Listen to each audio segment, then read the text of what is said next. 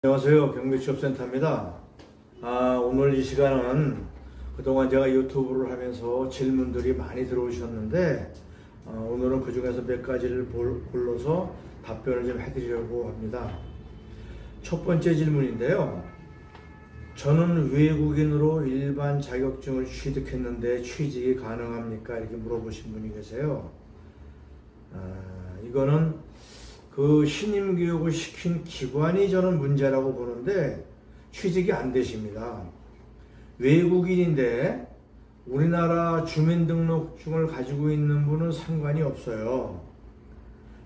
근데 이제 F4라든가 뭐 이런 거 가지고 취업 비자로 오신 분들은 안 되는 이유가, 여러분이 아시다시피 경비원을 하려고 하면은 그 전과조회, 성범죄, 일반범죄, 범죄조회를 하게 돼 있어요. 그런데 저희가 예를 들어서 중국에 이 일반인을 범죄조회 신청을 하면 중국에서 오는데 뭐 되지도 않거니와 답변이 와도 몇 달 걸리겠죠. 그러면 저희는 이거를 3일 내에 뭐 이틀 내에 빨리 이거 신원조회를 해서 이분을 그 조회 결과를 경찰서에 통보를 해야 되는데 그게 안 되거든요.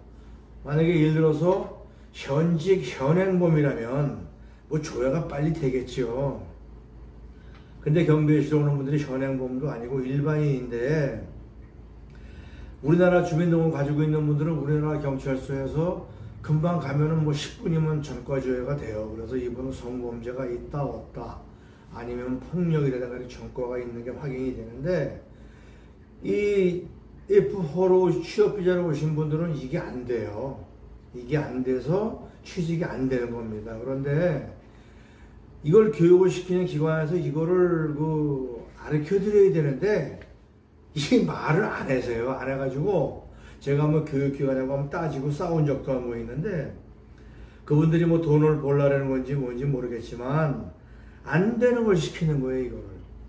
그래서 답은 안 된다고요. 왜 안 되냐 하면은 경비원 취업 이전에 그 성범죄, 일반범죄 조회를 해야 되는데 그 조회가 안 되기 때문에 취업이 안 되는 겁니다.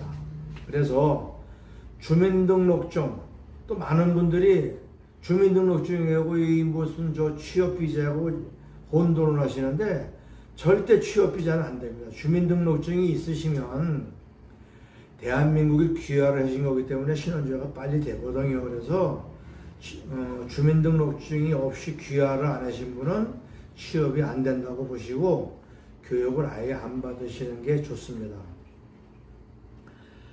두 번째로는 이제 무술 유단자는 혜택이 있나요? 뭐 이런 질문을 하신 분이 있습니다.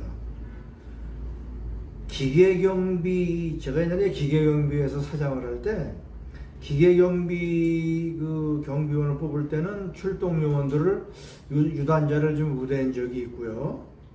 그 다음에 특수경비라고 뭐 어디 발전소라든가 이런 그 국가 중요시설에 하는 경비원을 뽑을 때는 당연히 유단자가 혜택이 있죠. 그런데 몇 년생이신지 모르겠지만 이제 일반 경비, 시설 경비 같은 거 할 때는 뭐 그렇게 큰 혜택은 없고요. 뭐 그렇게 중요시 여기지도 않습니다. 젊으신 분 같으면 특수경비나 기계경비 쪽으로 가시면은 뭐 우선으로 이제 취업을 시키겠죠. 그래서 일반 경비는 해당이 없다는 걸 설명을 드리고요. 세 번째 질문이신데 그 이력서는 반드시 자필로 써야 하나요? 이런 질문을 하신 분이 있어요.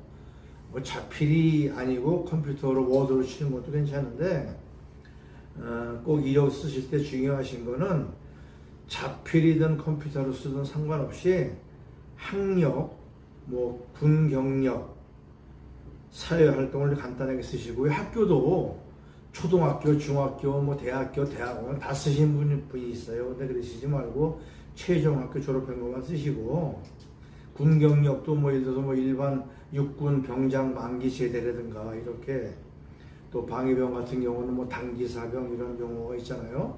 그렇게 쓰시고, 사회활동도 좀 요약을 해서 막 그냥 어느 분은 1년, 2년짜리 자기 인생을 30년 쓰다 보니까 앞뒤로 쓰시는 분이 있는데 그건 뭐 그럴 필요는 없고요.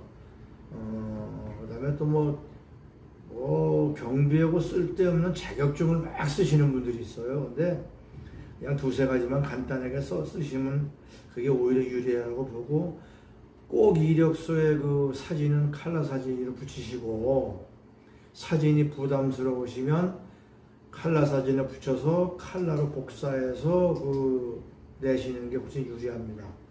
흑백으로는 내지 마시고요. 그래서 이제 자필로 안 써도 된다 하는 걸 말씀을 드리고요. 그 다음 질문은 뭐냐 그러면, 계약 만료로 그만둔 사람입니다.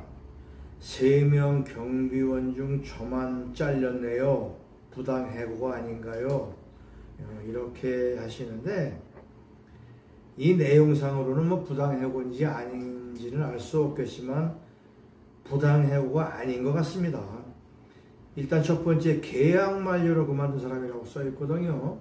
계약 만료는 계약 만료 퇴사지 뭐 부당해고가 아니죠. 부당해고라는 거는 뭐 사직서도 안 받고 정말 뭐 너 나가 그랬다든가 그런 거. 지금 계약서를 쓸 당시에 갑과 을이 서로 앉아서 너는 몇 월 며칠까지 계약이다라는 걸 서로 쓰고 도장을 찍고 사인을 하고 근로계약서 작성한 상태거든요.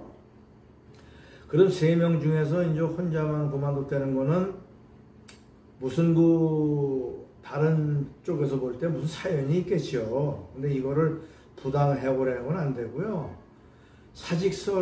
계약 만료 사직서를 안 쓴 상태에서, 계약 만료 근로계약서를 안 쓴 상태에서 너만 나가 그러면 부당해고가 될 수 있겠지만, 이 계약 만료 계약서 썼기 때문에 이거는 부당해고는 아니고요. 어느 분들은 또 뭐 계약 만료 한 달 전에 통보를 해줘야 되는 거 아니냐 그러는 것도 있는데, 사실은 계약서라는 게 근로계약서가 계약 기간이 명시되어 있지 않습니까? 그래서 꼭 너 언제까지 계약 만료니까 너 나가고 사직서 써 이렇게는 안 하고, 그냥 통보로 계약 만료입니다 통보를 해도 이거는 노동부에서 부당해고라고 이렇게 하진 않아요. 근데 이분은 이제 나이가 54세이시고 7년간 일했다고 써 있는데요. 나이는 중요한 게 아니고요. 또 7년간 일한 것도 중요한 게 아닙니다. 어떻든 간에 계약직이기 때문에 그 사이에 무슨 여러 가지 사유가 존재했겠죠. 또 여기 보니까 계약 만료로 사직서도 제출했다고 써 계신데, 더더구나 이거는 부당해고하고는 거리가 먼 얘기라고 보고요. 그 다음에 이제 마지막으로 또 하는 거는, 경비원은 꼭 근무 중 모자를 써야 하는가 궁금합니다. 이렇게 써 있는데, 초소 안에서까지는 모르지만 외출 중에 이동 간에는 꼭 쓰게 돼 있습니다. 왜냐면 옛날에 모자 쓰나 안 쓰나 단속도로 해러 나가고 그랬었는데, 이거는 경비업법에도 복장에 대한 기준이 있기 때문에, 옛날에 여러분들이 경비원들 한 6, 7년 전 얘기죠. 경비원들은 이제 퇴직금을 안 주고 연월차 수당을 안 주려고 자르려고 그럴 때는 일부러 모자 안 쓴 거 단추 안 잠근 거를 트집사 잡아서 심할서도 받고 그래서 내버린 적도 있어요. 경비를 오래 하신 분들은 아실 텐데, 원칙적으로는 이게 쓰는 게 원칙입니다. 그래서 이렇게 이제 몇 가지 궁금점에 대해서 설명을 드렸고요. 또 다음 편에 또 나머지 또 이 궁금한 사항을 답변을 드리겠습니다. 아무 때나 본인이 궁금하신 거 있으면 아무 때나 문자를 남겨주시면 성실히 답변하겠습니다. 안녕히 계십시오.